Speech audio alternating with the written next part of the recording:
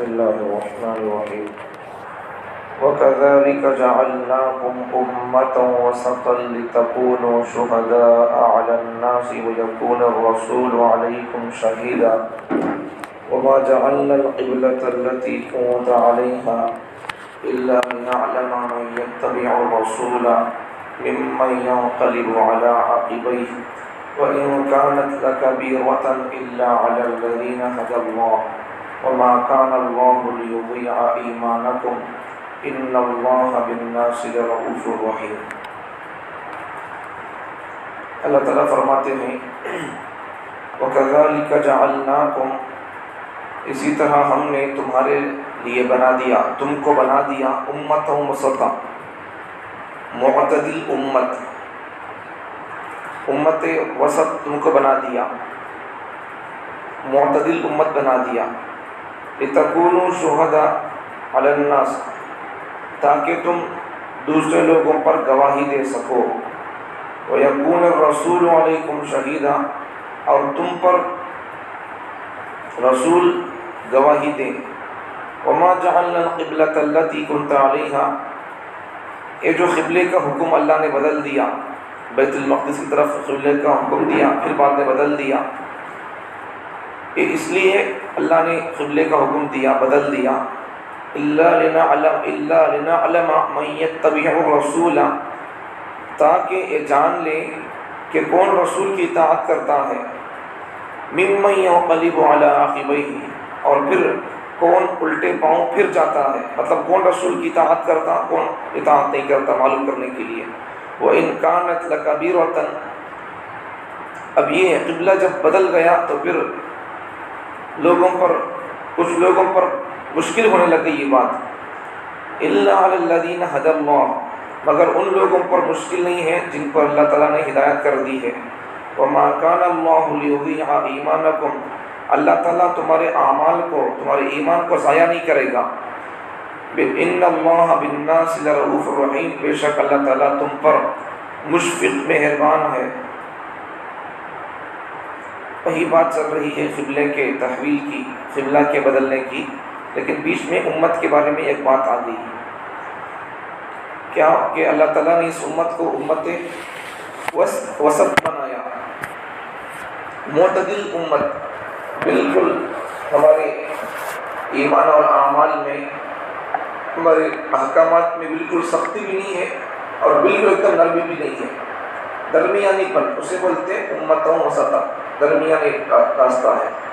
ہمارے احکامات میں بالکل تنگی بھی نہیں ہے۔ حضرت موسیٰ علیہ السلام کے زمانے کے لوگوں کے لیے کیا تھا، اگر کپڑے پر گندگی لگ جاتی کپڑا کاٹ کو پھینکنا تھا،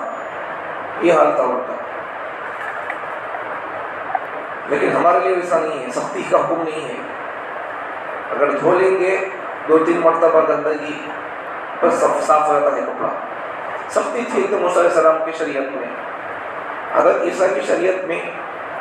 اگر کوئی کسی کو مارتا تو پھر اس کے لیے معافی کا بھی آسان راستہ تھا، لیکن ہماری شریعت میں کیا ہے، بالکل ایک دم سختی بھی نہیں اور بالکل ایک دم نرمی بھی نہیں ہے۔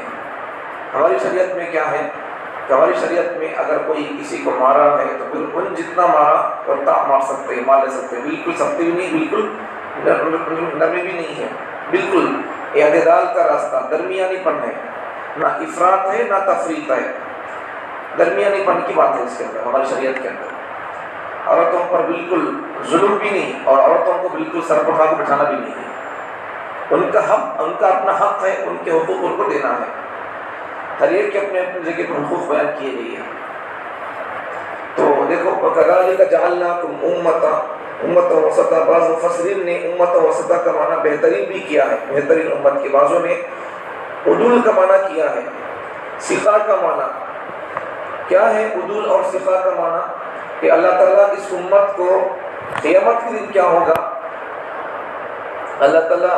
حضرت نوح علیہ السلام کو بلائیں گے اور دیگر نبیوں کو بلائیں گے، دوسرے نبیوں کو، ان کو بلائیں گے، ان کو بلا کر پوچھیں گے تمہیں تمہاری امت کو ہمارا پیغام سنائیں کیا، بول کر پوچھیں گے، تو وہ نبیوں بولیں گے اے اللہ ہمیں تمہارا پیغام تمہارے بندوں کو سنائے، اللہ بول کو بولیں گے۔ اس کے بعد پھر اللہ پوچھیں گے تمہیں بول دو سب سچ بول کو کیسا ماننا، گواہ بن تو ہے کیا، تو اس وقت وہ نبیان بولیں گے تیرے آخری نبی اور ان کی امت گواہ بول کر بولیں گے. پھر اللہ ہمارے کو بلائیں گے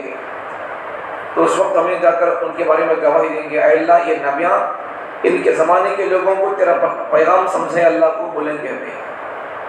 ان کے زمانے کے لوگ کیا کریں گے, نبی کے وہ زمانے کے نبیوں کے لوگ انکار کر دیں گے, ہمارے پاس کوئی نبی نہیں تھے اللہ, ہمارے کون بھی تمہاری باتیں نہیں سنے گا, انکار کر دیں گے وہ لوگ. ہمیں جا کر نبیوں کی گواہی دیں گے, اے اللہ یہ نبیاں تمہارا پیغام سنائیں لوگوں کو, لیکن یہ لوگ انکار کرتے ہیں, لوگوں ہمیں گواہی دیں گے.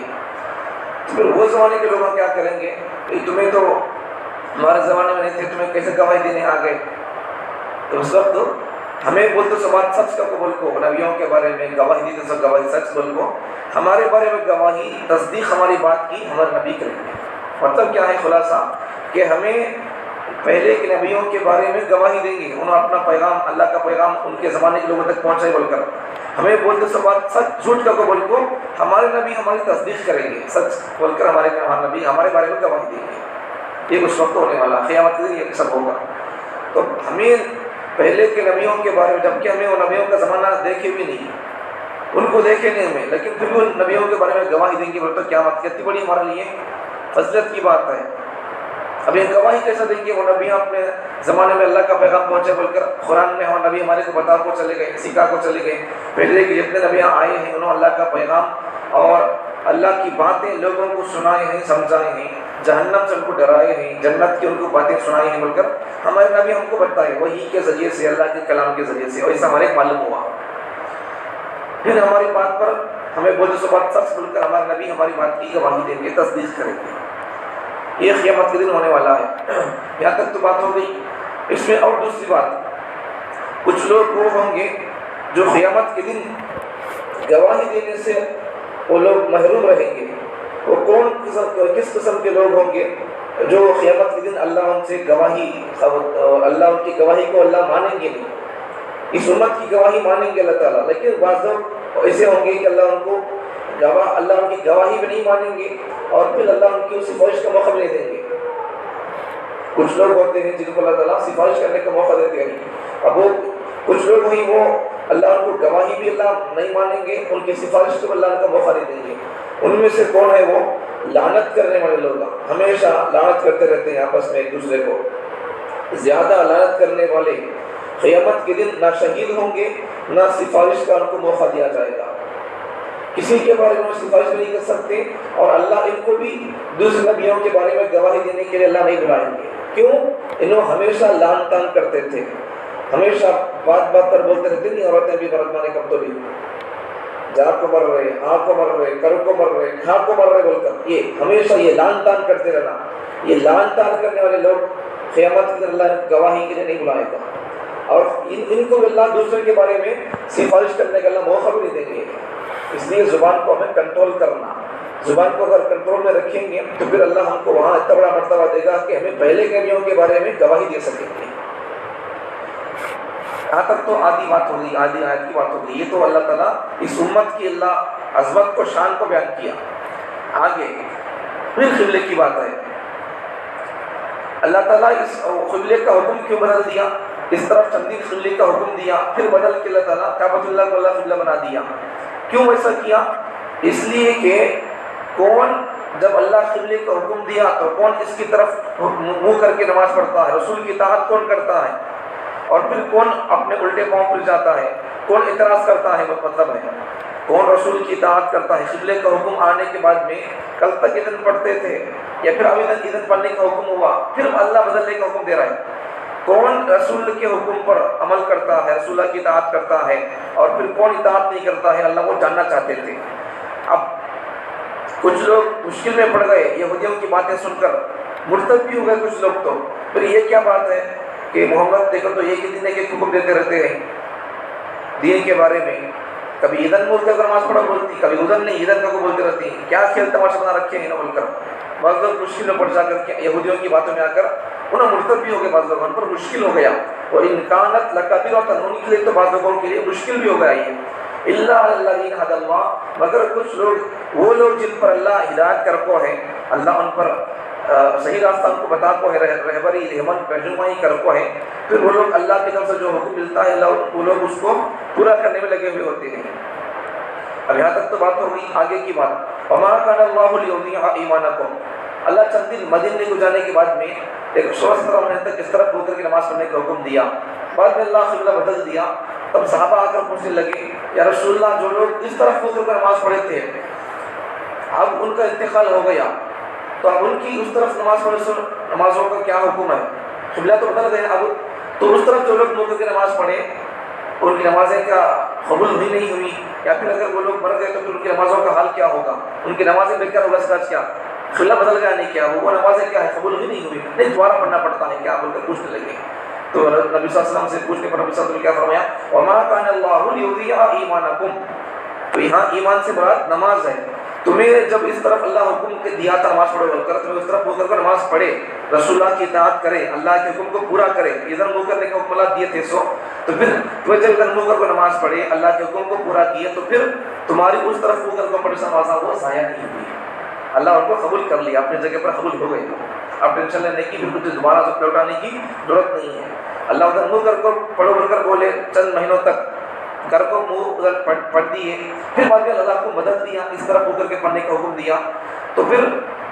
آپ منہ کر کو پڑھے، اس طرف منہ کر کے پڑھنا بھی اللہ کا حکم تھا، اس طرف منہ کر کے پڑھنا بھی اللہ کا حکم تھا، تم دونوں طرف منہ کر کے نماز پڑھے، تمہاری نماز اس طرف پڑھے تو بھی ضائع نہیں ہوئی ہے، اس طرف منہ کر کے پڑھنا بھی اللہ کا حکم تھا، تمہیں پریشان نہ کو بلکہ اللہ ان کو تسلی دیتے ہیں وما کان اللہ لیضیع ایمانکم، اللہ تعالیٰ تمہارے اعمال کو ایمان کو ضائع نہیں کرے گا۔ آگے اللہ فرماتے ہیں ان اللہ بالناس لرؤوف رحیم، بے شک اللہ تعالیٰ انسانوں پر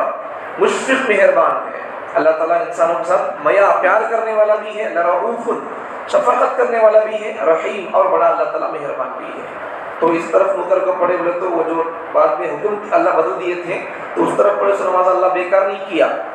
اللہ ان کی اس نمازوں کو بھی قبول کیا ہے۔ مطلب کیا ہے کہ خلاصہ کیا ہے، ایک ہی بات ہے، جس طرف بھی وہ اللہ تعالیٰ مکر کو نماز پڑھنے کے لیے کہا تو پھر مومن مسلمان لوگ اللہ رسول کے حکم کو پورا کرتے ہوئے اللہ جب جو حکم دے گا ان کو وہ لوگ اللہ کے حکم کو پورا کرنے لگ جاتے ہیں۔ اللہ کئی بدن بولتا ہے پھر اللہ کئی بدلتا ہے، ایسا ہو اعتراض نہیں کرتے، اللہ ان کو جب جو حکم دے گا جس طرف اللہ ان کو وہ کرنے کے لیے پڑھنے کے لیے کہے گا وہ لوگ اس طرف وہ کر کے پڑھیں گے، جب پھر اللہ بدل دے گا تو بھی پہلے پڑھے سو اللہ کی نمازوں کو ضائع نہیں کرے گا۔ کیوں؟ ادھر جب انہوں پڑھے تھے تو بھی اللہ کے بولنے والوں کو پڑھتے تھے سو، جب اللہ بدل دیا تب بھی انہوں اللہ بولی کو کچھ پڑھتے تھے سو، اس لیے جب ہمیں خلاصہ کیا ہے، ہمیں اللہ جب جیسا حکم دے گا اب ہمیں اللہ کے حکم کو پورا ویسا کریں گے، اللہ ہمارے اعمال کو ضائع نہیں کرے گا۔ ہمارا کام کیا ہے، اللہ جب جو حکم دیں گے ہمیں اس حکم کو پورا کر دیں، اتنا ہمارا کام۔ اللہ تعالیٰ تمام کو پوری زندگی اللہ تعالیٰ اللہ کے رسول ہمارے کو جو حکم دیے اللہ کے حکم پر، رسول اللہ کے حکم پر مر مٹنے کے لیے ہم کو توفیق عطا فرمائے۔